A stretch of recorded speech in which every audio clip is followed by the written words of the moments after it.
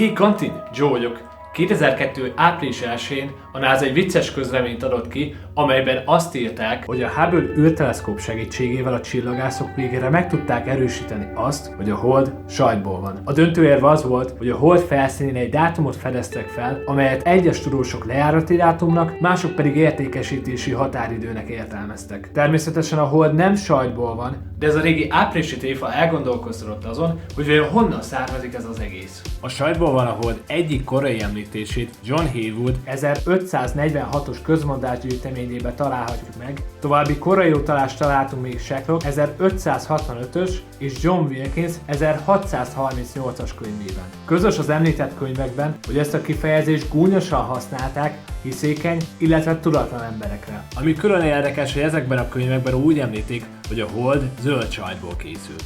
Az angol száz területeken ezt ma is így használják, egyes értelmezések szerint a zöld jelző nem a sajt színére, hanem annak frissességére utal, azaz arra, hogy a Hold egy új, friss sajtból készült. De mivel az összes említett esetben gúnyosan használták ezt a mondatot, így az is elképzelhető, hogy a zöld jelző csak arra szolgál, hogy még hihetetlenebbé váljon az egész. De vajon mi történne, hogyha egy csettintésre sajtát tudnánk változtatni a Holdat? Mivel a sajt átlagos sűrűsége körülbelül 1 g köbcentiméterenként, amely egyharmada a Hold átlagos sűrűségének, így a Hold átmérőjéhez képest a sajthold átmérője sokkal nagyobb lenne. A sajtholdunk magjában található sajt az iszonyú súly és a nagy nyomás hatására ketté válna vízzé és kazeinné, a gravitációs differenciálódás miatt a kisebb fajsúlyú összetevők, mint például a víz a felszín felé, amíg a nagyobb sűrűségű összetevők, például a kazein, a mag felé indulnak. A centrum felé húzódó kazein további egyszerű elemekre bomlana,